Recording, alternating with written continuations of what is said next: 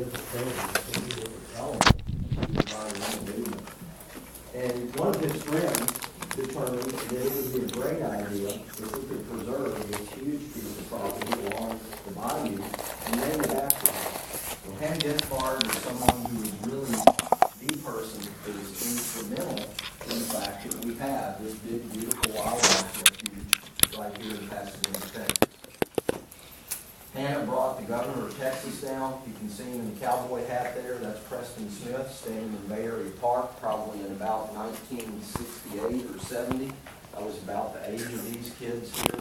I'm not in that crowd, but just to kind of put it all in reference. And fortunately, the land was preserved. Hannah managed to raise $6.5 million to purchase those 1,900 acres. And in 1974, the Nature Center opened as a nonprofit organization. So we're not a state park, county park, city park. We have to raise our operating funds every year to stay open. We have this twofold mission statement: to preserve the habitat and the ecology that's out there, and also to provide opportunities for people to experience local ecosystems. And we study a lot about rainforests, coral reefs, which are all very important ecosystems for us to know about. But more difficult for us to find curriculum about local habitats, which is something the Nature Center tries to offer to surrounding individuals and schools in an effort to better understand the real treasure that we have right here. Today, we're going to talk about just one of those habitats, the one that we'll be working in together, which is coastal tallgrass prairie.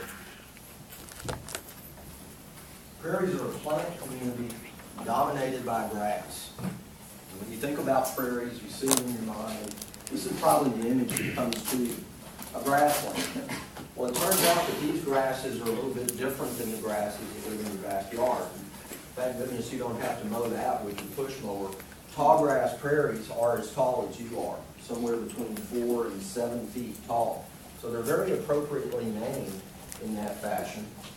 They're also appropriately named in that they only exist right along the edge of the Gulf of Mexico. They're coastal prairies, running inland about 50 miles from the edge of the Gulf, and running roughly from Corpus Christi over to Lafayette, Louisiana. It's this coastal element that distinguishes these grasslands from the Great Plains. Lots of big, expansive prairies in Kansas and Iowa and in the Great Plains area. What makes coastal prairies different is because of that geography of where it's located, we get a lot of rain here. And you might have noticed that. This year in particular, we are getting a lot of unusual spring rain. And it happens typically when those cool fronts travel across North America and they slam into that moist Gulf air moisture along the edge of the ocean. And that squeezes the rainfall out of the atmosphere. We get about 48 to 50 inches of rain a year here. In Kansas and in the interior of the states, they get almost half that. So because of the abundant rainfall in coastal prairies, it creates an abundance of wetland features, prairie wetlands. That's one of the real distinguishing features that this rainfall creates, is an abundance of prairie pothole wetland features and the prairie plants, the wetland plants that live in there. The word prairie is a French word.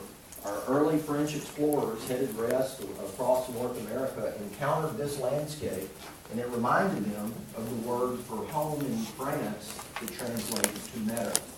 So prairie is a French word that roughly translates to meadow. So very appropriately named, coastal tallgrass prairie. Well, we talk about prairies being dominated by grasses, but it turns out that prairies are really much more than just grasses. They are one of the most species-rich plant communities in North America. That means that in the full assembly of all the plants that occupy that list of species in the plant community, it probably has the highest number of any plant community in North America. We believe that if we could visit a pristine, untouched prairie centuries ago, there probably would have been about 1,000 different species in that assembly of all the plants that live there.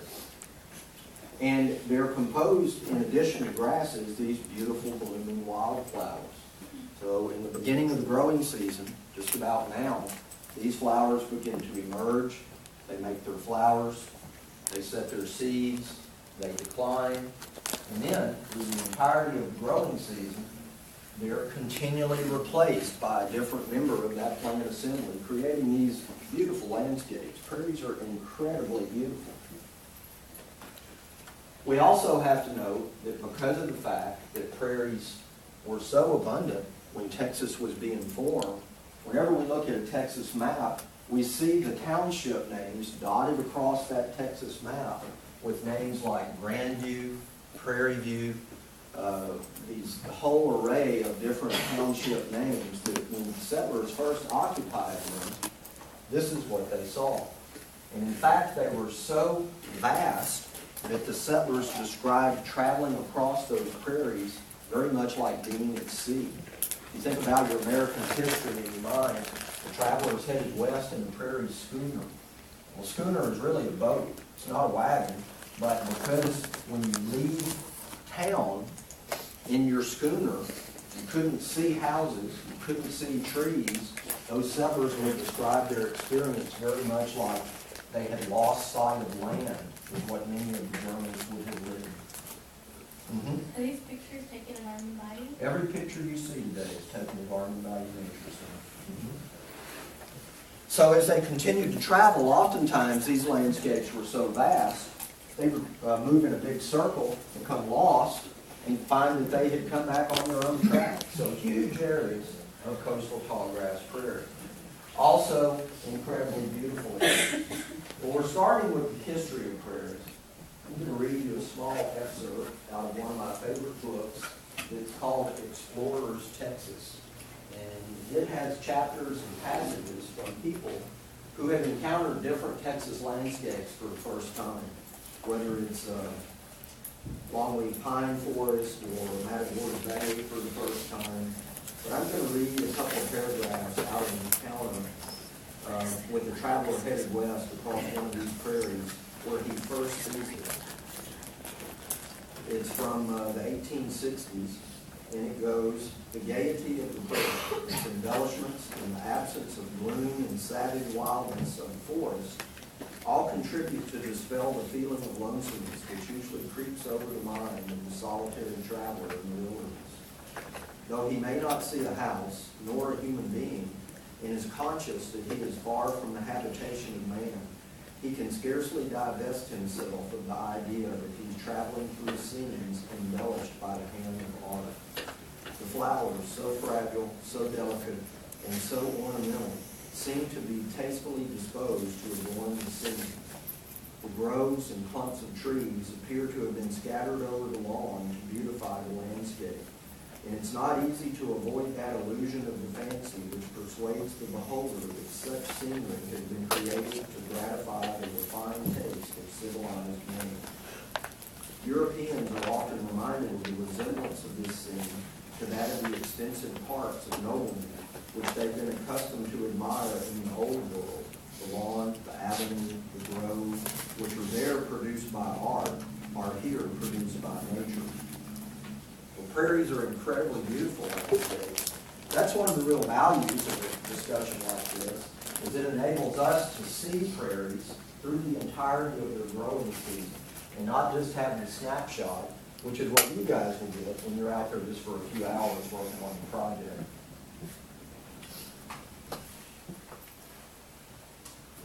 Let's talk for a minute about why the prairies occur, where they occur. There's another good view of our area. This is Clear Lake in the bottom portion of this image. We have a pointer on this image. It doesn't work very well. So this is Clear Lake. This is Armand Bayou. You notice the dark green around Armand Bayou. Those are those forests we were talking about. It turns out there's a reason that the trees grow where they grow, and a reason that the grasses grow where they grow. And it's a discussion that it includes what sediment types, what the soils are like, and where they're distributed. So to understand that, we're going to talk about a big flood again for a minute. Let's just say Saturday we had 4 inches of rain, which we did. Let's imagine instead of those 4 inches, we'd have had 8 inches, which occasionally we get those kinds of rains around here in Houston. So let's imagine we have 8 inches of rain one day. Water's flowing across the landscape, it's traveling across the landscape surface, and as part of that process, that moving water picks up dirt, picks up sediment. The process is called erosion. So that erosionary process picks up big pieces of sand, which are large soil particles, and picks up little tiny pieces of sediment called clayey particles. So the water's traveling. Around here, the land surface is so flat, the coastal plain of Texas is described as being flat and featureless. It moves in a big sheet flow across the land surface, picking up all this sediment as it goes. And those waters are moving into the bayou, but there's so much of it now because it's such a big rain event. The bayou water rises and it escapes its banks. So now we have like a flood event. The bayou is escaping its banks. It's turbulent, it's muddy water. And because it is traveling down that channel, the water's moving quickly, so it stays churned up. All the sediments are like chocolate milk. But once it gets out of the bayou channel, that movement slows down and the sediments begin to sink out. Which ones do you think sink first? Yeah, the sands, the big heavy ones sink right beside the bayou. So remember our discussion begins, why are the plant communities located where they are? Well, it turns out these big flood events distribute those sandy sediments right along the edges of the Houston area rivers and streams, and those sandy soils support forests a lot more readily than they do grasslands. Now, occasionally in geologic time, we had epic floods, big floods where the water went way out beyond the edges of the bayou. Generally, that's where those clayey particles, the lighter particles, which stayed suspended longer, would have settled out. And clayey soils are typically where the grasslands occur. So when you look in this aerial view, you see Clear Lake, you see the distribution of forests, you see the grasslands, and now you can understand a little bit better as to why these things occur, where they occur. Another interesting aspect of our local soil has to do with moisture in the soil. Houston goes through a predictable soil moisture cycle. You heard me say the rains typically come here when cool fronts collide with the warm Gulf air. Well, the cool fronts only come for about 6 months out of the year. They start in October, they end about now, and when they're coming, there's a lot of rain that falls regularly. But when they stop, probably in the next few weeks, we're going to be done with cool fronts. The soil begins to dry out. And as it dries out, this is what happens to it. It actually pulls apart. You may have seen this in your backyard or around Houston. The soils get dry enough, they crack. And this is one of the ways that soil scientists refer to these types of clayey soils as shrink-swell soils. When they're dry, they shrink and they pull apart. October, the cool fronts come back again. The rain begins to fall regularly, and they begin to swell again, and this crack will close back up. So, very interesting phenomenon with these shrink-swell soils. This is a very difficult type of soil for big tree roots to survive through. So you might imagine what would happen to tree roots as the soil cracks like this. The roots pull apart and break. Another reason that those soils help to distribute plant communities where they are now.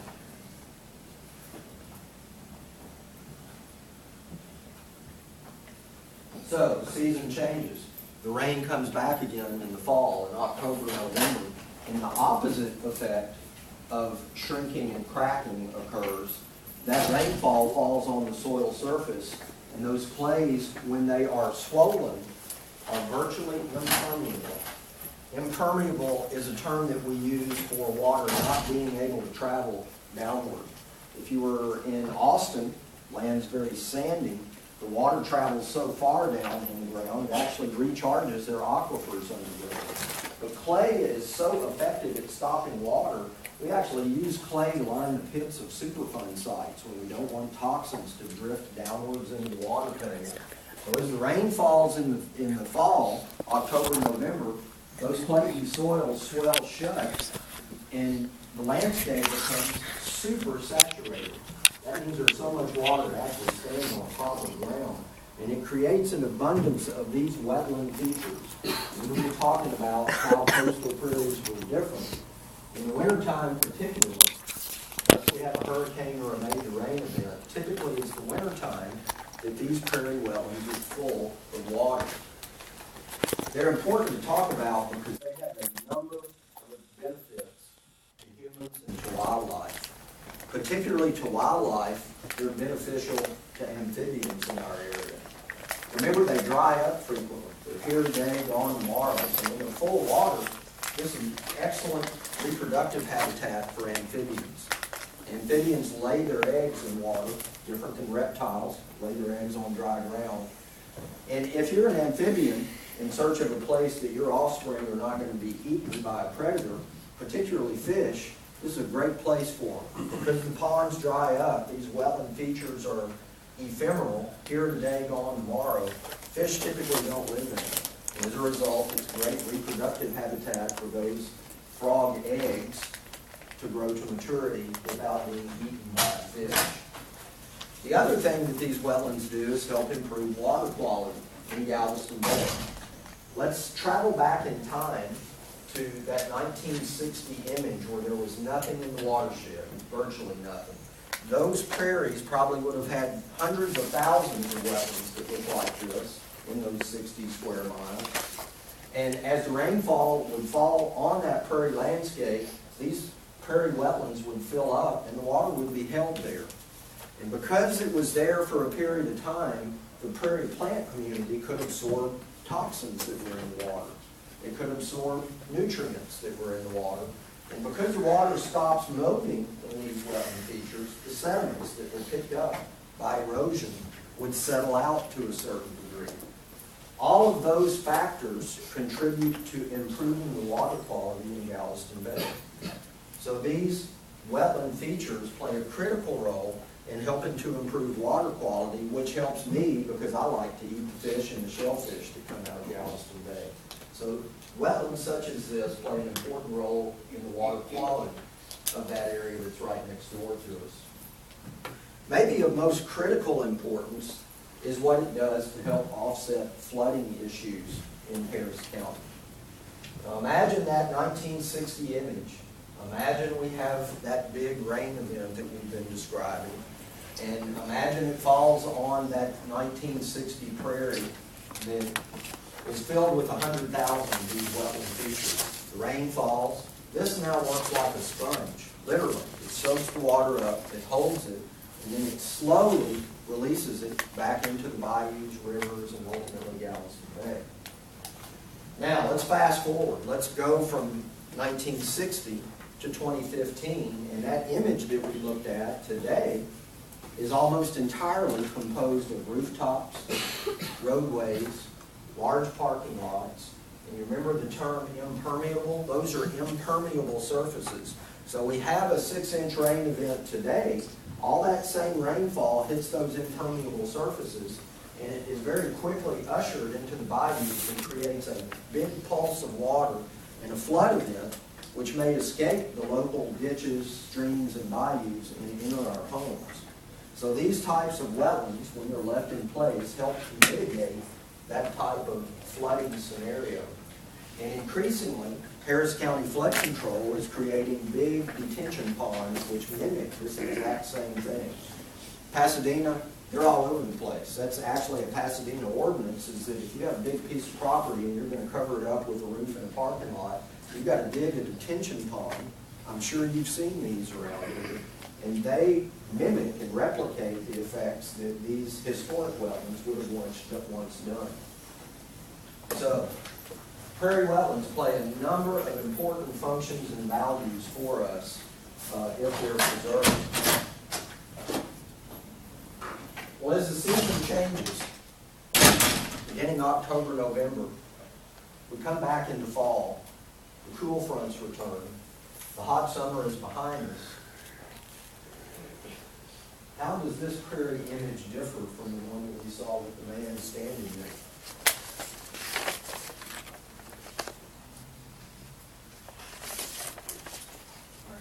It's brown. And brown should indicate to you that it's not alive. Grass, green grass